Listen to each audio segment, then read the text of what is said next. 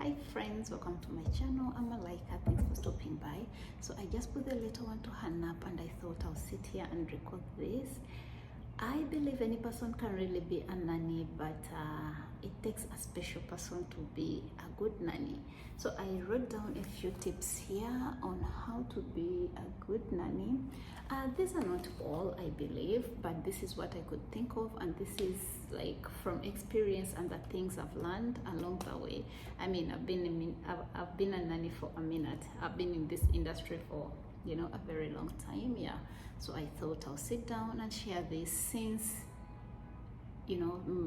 many people take this job as the last option, because like you've looked for different things around and you can't see any, so you're like, okay, I'll just jump into being a nanny. That's why I said like any person can be a nanny, but it takes a special person to be a good nanny.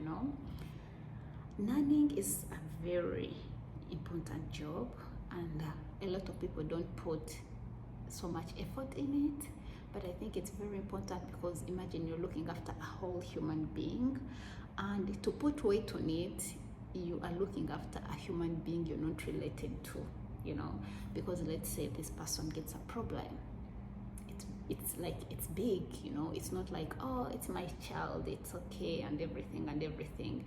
So I think this job is very important. It's a very amazing and rewarding job, but at the same time you have to be like very alert to give the best of the knowledge, and you're also nurturing the little ones to be important human beings in the future. So just put that in mind, that this is a very important job you're given, and you should do it with your whole, Yeah, so without rambling so much, let me read the first point I wrote here. So taking the time to understand the little one left under your care. For example, let's say you're just a new nanny, you're beginning, you're starting a job to look after the kid. It's very important to know, what do they like, what don't they like. It also helps you like to avoid those things they don't like, and like do more of what they like.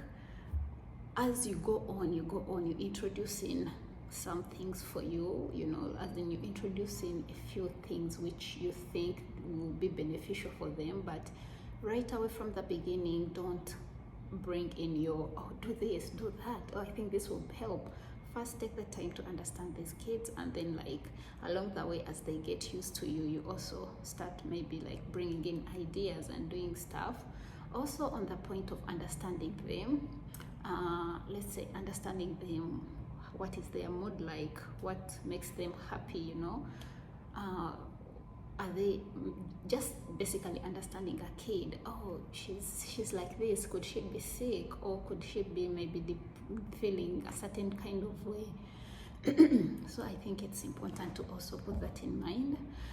For example, nannies stay with the kids longer than the parents stay with the kid, because you can imagine, especially in the setup where the parents are working, you're the nanny, you're basically like the parent to this kid throughout the day. So it's important to know like, how is this child feeling, I remember this one time when I was looking after a baby, and I was like, I mean, she wasn't like as if she's not happy or something, but I just felt like something is off. So I talked to the mom. I was like, probably she could be sick. And the mom is like, no, I would have seen her. The next time I walk into the house and the baby's sick, So it's very important, honestly, to pay attention to all the details, like all the details about this human being. They all matters. Yeah, so that's how important this job is. Okay, another thing is like communication, guys. So many people don't put weight on this, but I think it's very important to communicate to them, regardless of their age group.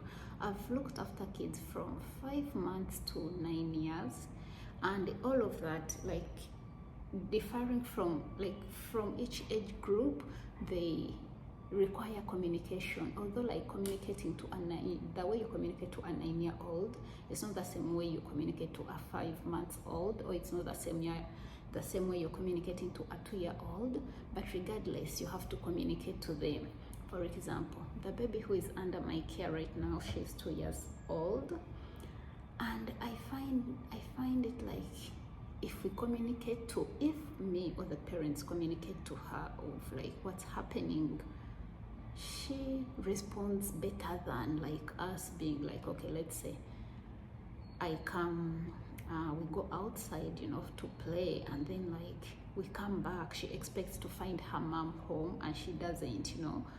She's like, she starts crying. But if her mom is planning to go somewhere, and then before we leave the house, the mom is like, you know what, I'm not going to be in the house when you come back, I have to go somewhere and stuff, she really understands. And like when we come back, she has no problem. She knows like mom is not home, my nanny is going to put me down to sleep for the nap, you know. So I think it's very important to communicate to them, whatever stage. I take her to play outside, like before the time of being like, okay, let's go home now, time is finished. I have like to remind her. They don't understand time, especially when they are young. They don't understand time, but I keep reminding her like, oh, we're almost going home, a few minutes to go home, because regardless, let's say 2-year-old, you can't be like, oh, 5 minutes, then we go home. I mean, you can't say, but technically they don't understand 5 minutes, what's 5 minutes like. So as before we reach that time of like, we are now going, I make sure I be like, okay, we are almost going. She repeats after me, she's like, okay, we're almost going home. So like, just making sure like they know, you know. And like, you can't communicate in different ways, you know, because there are so many things which happen around the house. It could be like, oh, today we are going to have this for lunch, or today we are going to have this for dinner, or today mommy is going to stay out of the house late, she'll come back later, you know. Like just making it a point to make sure that they know what's going on around them.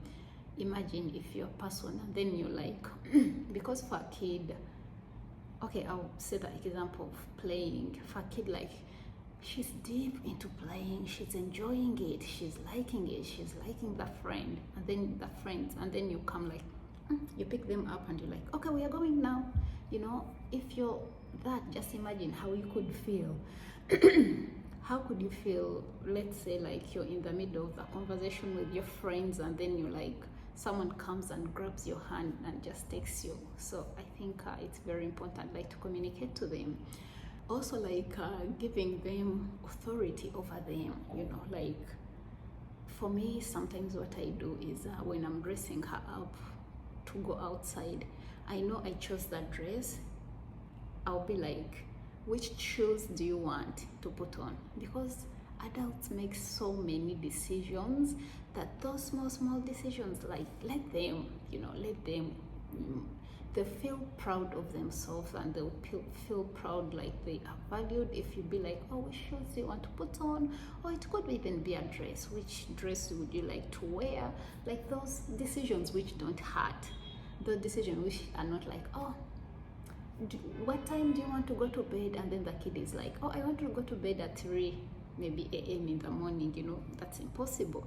But those decisions which don't hurt, I think it's nice if we could give them like that, at least that freedom of them choosing. Or probably it could be some food. What would you like to eat today, you know? And ask when you intend to give them what they are asking, what like they say they want, you know. Don't ask just and be like, oh, maybe the kid says, oh, probably I want rice, and then you're like, oh, but you could have pasta, you know. Yeah, so I think just give them freedom of choosing in between. Yeah, so communication is big. It's very big, you guys. Just especially the world we live in now, it's important at least for them to know their their input matters, or whatever and whatever. Like I said, it depends on the age groups. So you're not going to ask a 5 months old what would you like to wear or stuff, but just keep it in mind, like as the age group goes, you have to know like how to communicate to them, you know. Okay, all right. attention to them, like paying attention to them. We continue learning, and we are still learning, and we are not perfect. I'm not saying that I'm perfect, but the fact that I'm aware of this point, it makes me feel like if I catch myself doing something I shouldn't be doing, like it helps me to know, oh, I'm not supposed to do this. So yeah, I think the fact that you know you should be doing something is important. Okay, so paying attention, like eye contact when you're talking to them, just just being present when they are doing stuff. For example, the kid is trying to tell you a conversation, is trying to tell you a story about something. Just show that you're interested. These days we have phones. So a kid is trying like to tell you something very interesting for them, and then like you're on your phone. I'm guilty of this. I won't say like I do it 100% correct all the time, but I catch myself and just be like, oh, this kid is here trying to tell me a story, because for them this story they are trying to tell you is very, very interesting. Just put it this way, you're talking to your friend and you're telling your friend this amazing story, and it's making you even laugh. It's making you feel like, oh wow, you want to talk to this person, and this person is like on their phone. So just be aware.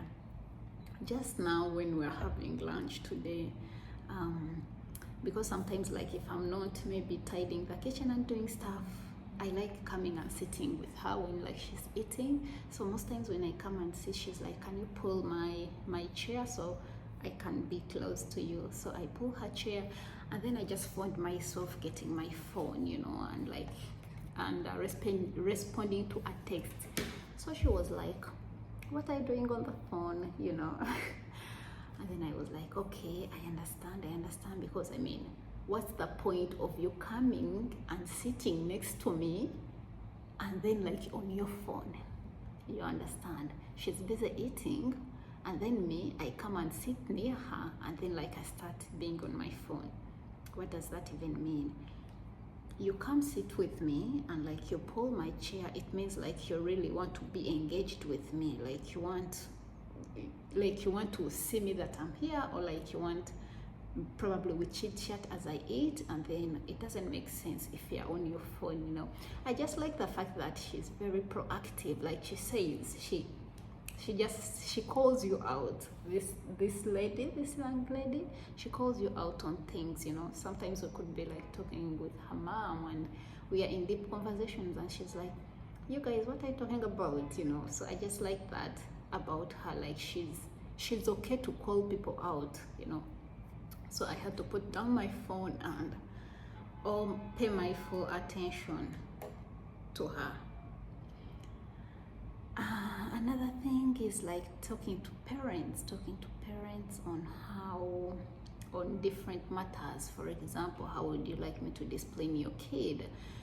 Because kids are kids. Sometimes they are going to do things which are not good. For example, like you take the kid out to play with a friend, and then they grab the friend's toys, they are crying for other things.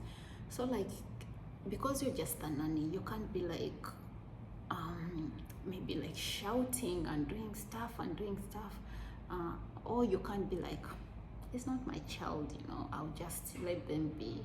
I think for me, I feel more comfortable if the mom or the dad tells me like, if they do this in this way, it gives me that thing of, I'm not bringing my ideas of my way of displaying, like where we grew up from. I don't do this, but I'm just saying where we grew up from, they would beat, or they would shout. But as a person, I don't want to come and just like maybe slap someone's kid. Honestly, I can't, but I'm just saying, no, because that's how I was brought up, I don't want to bring that, So it's better if I talk to the mom, how do you want me to discipline the kid if such and such a situation happens?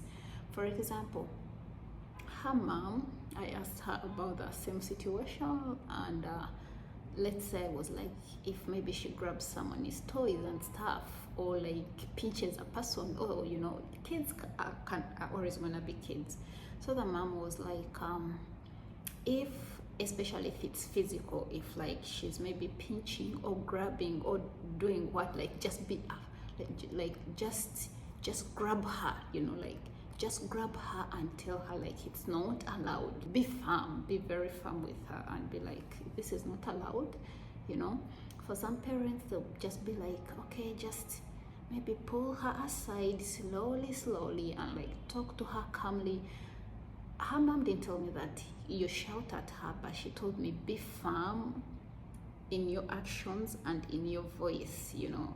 But some parents can be like, oh, just take her very slowly and then talk to her very softly. And none of both parents are right, you know, because that's how they want to discipline their kids. The one thing I know, even if like I'm not told like this is how I want you to discipline my kid, the one thing I know is I'll always tell the kid to say sorry if they hurt another person, or I'll tell them like to apologize, you know. But concerning how would you like me to handle the situation, I feel more comfortable if I have a right from the parents on how I could do it better, you know, how they would like me to do it. Yeah, so basically I just talk to the parents on such issues, you know. Okay, same thing like on the discipline, saying sorry, saying thank you, greeting others, and yeah, just encouraging those, because we have to start them young, you know. So from a young age they know what to expect and like what they should be doing. All right. Encouraging, another point is encouraging social skills. So I like where I work because I take the kid out to play with the rest of the kids. But that doesn't mean that you've taken the kid out and they are going to want to play with other kids, or they are going to want to be nice with other kids or everything. But for me, what I do is I play with her in the house, like 100%, and I'm on her, like I'm giving her my undivided attention. And when we go outside, because like I said, I look after 2-year-old, but this could be different for different age groups. But I'm giving an example for the age group I'm looking after. She's 2-year-old, 2 years and some months. So like what I do is when we go outside, especially to the park where there are so many kids, I try not to always be on her, although sometimes she's just like tagging along with me, like she's calling me everywhere. I try to encourage her like to play with other kids. Like I'm watching, but I also want her like to play with other kids. There are those kids who are not like who beat, who do everything. I'm not very far from her, you know. I know like I'm here, I can watch her, I can see her, but I try to encourage her like to play with other kids. I try to encourage her like to be involved in different activities with other kids, so that like she can be social. I encourage her to say hi, I encourage her to greet the other kids, and yeah, basically sometimes I just join and play with them. Oh guys, being very keen on what you say around kids. These kids, they are like, I don't know, whatever you say, it feels like they are not around. It feels like they are busy doing other stuff. But the moment you're doing something, you hear them, say those things. So it's very important to watch what you say around them and just being keen on the language you're using, because they are listening, even if it feels like they are not. Just know they are listening. A routine helps, like we wake up in the morning and do this and do that and do that. So like if the day is planned out and they know, it's very important, rather than like them doing something else today and then at that same time, okay, let's say they nap at 11 and then the next time they nap at 2, you know. So be having things planned out and them knowing what to expect at what particular time of the day, it's very important also. Guys, not lying to the kids, don't lie to the kids. Don't say mommy will be home and mommy will not be home, you know. Just say just basically don't lie to them. Don't say, oh, for dinner you're going to have rice, and then you've served them with pasta. No, no, no, it doesn't work. So just say the truth, because it also helps to build their, their trust in you. Okay, involving the kids in doing different activities, like helping around the house, tidying the things, like play area. And then this one, guys, this one, the last one, extending grace to the kid is very big. Sometimes the best person they want to be with, especially with their parents around, like they're very cranky, they are crying, they're doing stuff. So like, just extend grace and understand. At the end of the day, you're just a stranger. It can be hard, to take in, but just know you're a stranger, and like, this kid has known their parents for a very long time, and sometimes they are not in the best moods, and the best person they want, so they are crying and doing stuff, or they don't want to go with you. Just extend some grace. Some people can be annoyed, and probably get annoyed with a kid, and when they get a chance, they are like, why were you like that?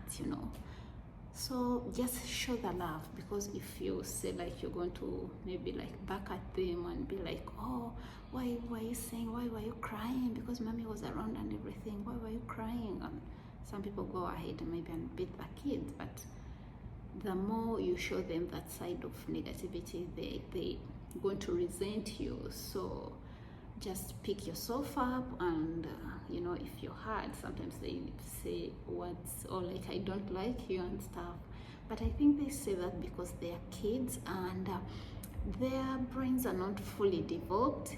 I find this especially for grown up kid.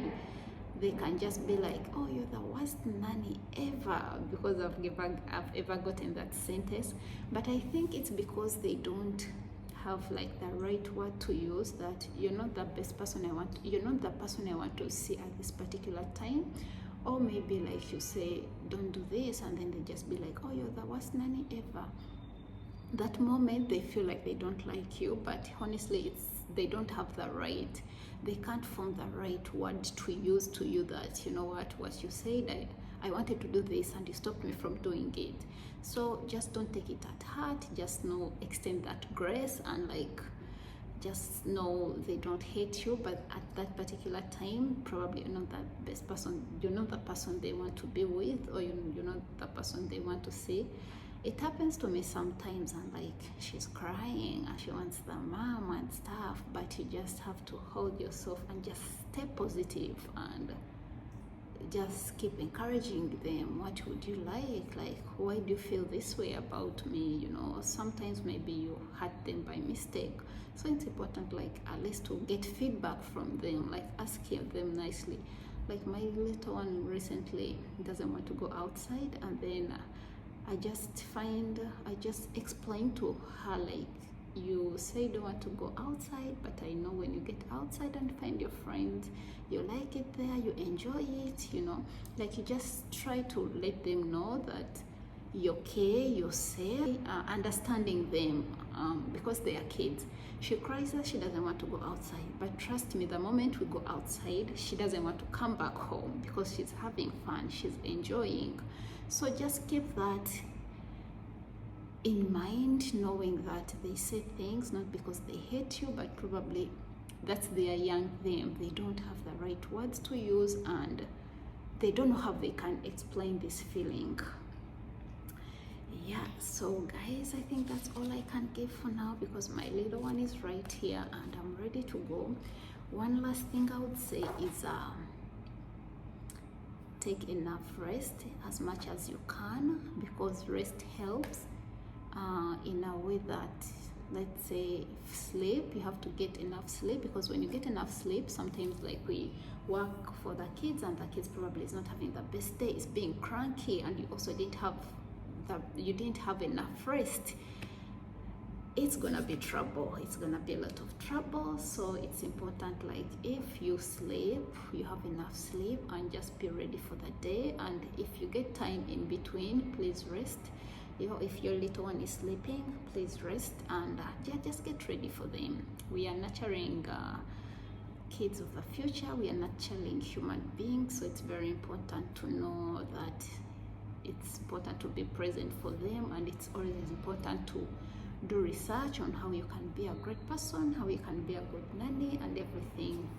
Yeah, so you guys, like I said, she's here, she's eating, she's occupied, but I'm ready to go, and see you next time. Hope you enjoy this video. Please don't forget to like, subscribe.